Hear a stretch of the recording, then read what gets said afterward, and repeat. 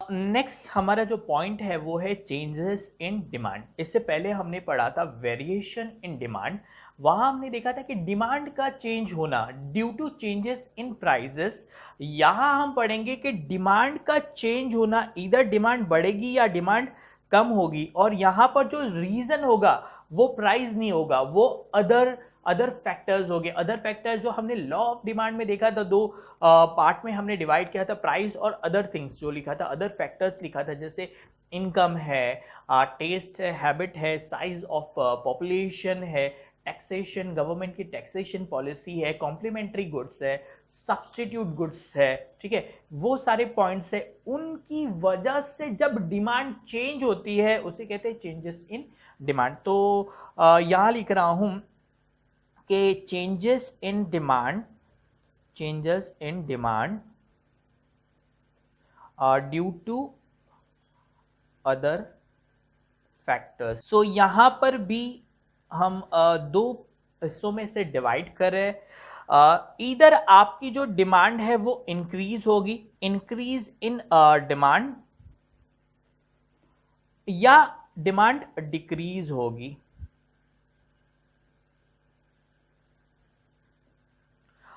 ठीक है। सो हम कह रहे हैं कि यहां पर आपकी डिमांड बढ़ रही है due to changes in other factor. आपकी इनकम बढ़ गई, आपकी डिमांड बढ़ रही है। साइज ऑफ पॉपुलेशन बढ़ गया, जिसकी वजह से डिमांड बढ़ रही है, ठीक है, तो उसे हम इंक्रीज इन डिमांड कहेंगे। Okay, changes in demand due to other factors. यहां पर प्राइस जो है ना, प्राइस कांस्टेंट रहेगी, प्राइस विल बी कांस्टेंट, ठीक है। तो एक हम इसका पहले एक शेड्यूल बनाते हैं और फिर हम इसका ग्राफ बनाएंगे। सो अगेन हम प्राइस को यहां पर लेते हैं, प्राइस ऑफ कोर्स कांस्टेंट रहेगी, और डिमांड हम लिखते हैं, प्राइस है 10 रुपीज और हम क्वांटिटी डिमांड जो कर रहे हैं वो 5 की डिमांड कर रहे हैं, ठीक है। डिमांड यहां पर बढ़ रही है, डिमांड बढ़ गई, जैसे 5 से 10 हो गई, प्राइस अभी भी कांस्टेंट है, ठीक है। 10 से 15 हो गई, प्राइस अभी भी कांस्टेंट है, ठीक है। ये डिमांड क्यों बढ़ रही है, डिमांड इंक्रीज क्यों हो रही है, due to other factor, income बढ़ गई है, साइज ऑफ पॉपुलेशन बढ़ गई है, ठीक है, ये सारी चीज़ों की वजह से चेंज हो रही है डिमांड, ठीक है। सो ये एक शेड्यूल है, इसे हम ग्राफिकली प्रेजेंट करते हैं। एक्स एक्सिस पे हमने क्वांटिटी डिमांडेड लिखा और वाई एक्सेस पे हमने प्राइस को लिखा है, ठीक है। देखिए 10 रुपये पे पहले 5 क्वांटिटी हम डिमांड कर रहे थे, ये हम क्वांटिटी डिमांड कर रहे थे जब प्राइस 10 थी, ठीक है। सो ये हमारा ओरिजिनल है, ठीक है, ओरिजिनल हमारी ये पॉइंट है, ओके। अब क्वांटिटी हम डिमांड करें 10, लेकिन प्राइस स्टिल कांस्टेंट है, ये प्राइस अभी भी कांस्टेंट है, ठीक है। सो यहाँ पर हमने देखिए क्वांटिटी को बढ़ाया है लेकिन प्राइस चेंज नहीं हो रही है, प्राइस कांस्टेंट है, प्राइस कांस्टेंट। तो अगर फर्स्ट पॉइंट से की अगर हम बात करें तो फर्स्ट पॉइंट पे ये हमारी डिमांड की कर्व ऐसी बनी, नेगेटिव स्लोप आ गया। अगर हम इसकी पॉइंट की डिमांड कर्व बना रहे हैं तो ये हमारी डिमांड कर्व ये हो गई। देखिए हमारी जो डिमांड कर्व है वो शिफ्ट हो रही है, राइट की तरफ हमारी डिमांड कर्व शिफ्ट हो रही है, ठीक है। थर्ड पॉइंट में हमारी जो डिमांड है वो 15 हो गई है, 15 हो गई है, और हमारी जो क्वांटिटी है, हमारी जो प्राइस है वो अभी भी सेम है, कांस्टेंट है, ठीक है। तो हमारी देखिए डिमांड है 15 और प्राइस कांस्टेंट है। तो यहाँ पर भी हमारी जो अगर देखें तो डिमांड कर्व ये हमारी थर्ड डिमांड कर्व है, okay. So increase in demand में हमारी जो डिमांड कर्व है वो शिफ्ट हो जाती है टुवर्ड्स राइट, राइट की तरफ हमारी डिमांड जो डिमांड कर्व है वो शिफ्ट हो जाती है।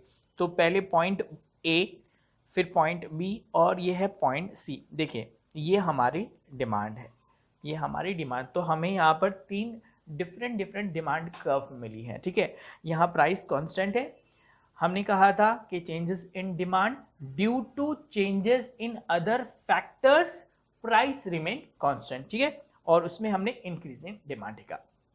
होपफुली ये क्लियर है। अब डिक्रीज इन डिमांड की बात करें, डिमांड का कम होना due to changes in other factor, income कम हो रही है, हमारी इनकम कम हो रही है तो डिमांड कम हो जाएगी। डिमांड कम हो रही है due to changes in other factor, again आपकी जो प्राइस है वो कांस्टेंट है, तो एक हम शेड्यूल बना लेते प्राइस और डिमांड का, ठीक है।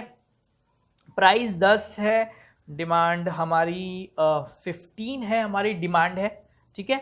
डिमांड यहाँ कम हो रही, डिमांड कम हो रही मतलब 10 हो रही है, डिमांड कम हो गई, प्राइस सेम है। डिमांड अगेन कम हो गई 5, प्राइस अगेन सेम है, प्राइस कांस्टेंट है, यहाँ प्राइस कांस्टेंट है, ठीक है, ठीक है। ये एक्स एक्सेस है, ये वाई एक्सेस है, यहाँ पर हमने क्वांटिटी डिमांडेड लिखा है और यहाँ हमने प्राइस लिखा है, ठीक है। देखिए प्राइस जब 10 थी तो ओरिजिनल हम 15 की क्वांटिटी हम डिमांड कर रहे थे, ठीक है। सो हम एक पॉइंट ले लेते हैं, ये हमारी ओरिजिनल है, प्राइस जब 10 है तो हम 15 डिमांड कर रहे थे क्वांटिटी, ये हमारी ओरिजिनल है, ठीक है। देखिए क्वांटिटी डिमांड कम हो रही है due to change in other factor, हमारी इनकम कम हो गई तो हम अब जो क्वांटिटी डिमांड है वो कम कर रहे हैं, हमने अब 10 की डिमांड की है, ठीक है। फर्दर हमारी इनकम कम हो गई तो हमारी जो डिमांड है वो कम हो जाएगी, 10 से 5 पे आ जाएगी, तो देखिए हमारी जो डिमांड है वो कम हो रही है लेकिन प्राइस कांस्टेंट है, ठीक है। तो अगर हम डिमांड कर्व की बात करें तो फर्स्ट हमें डिमांड कर्व यहाँ मिलेगी, ठीक है, फर्स्ट ये डिमांड कर्व है, ये है, सेकंड डिमांड कर्व हमें यहाँ मिलेगी, ओके, और थर्ड डिमांड कर्व ये हमारी थर्ड डिमांड कर्व है, ओके।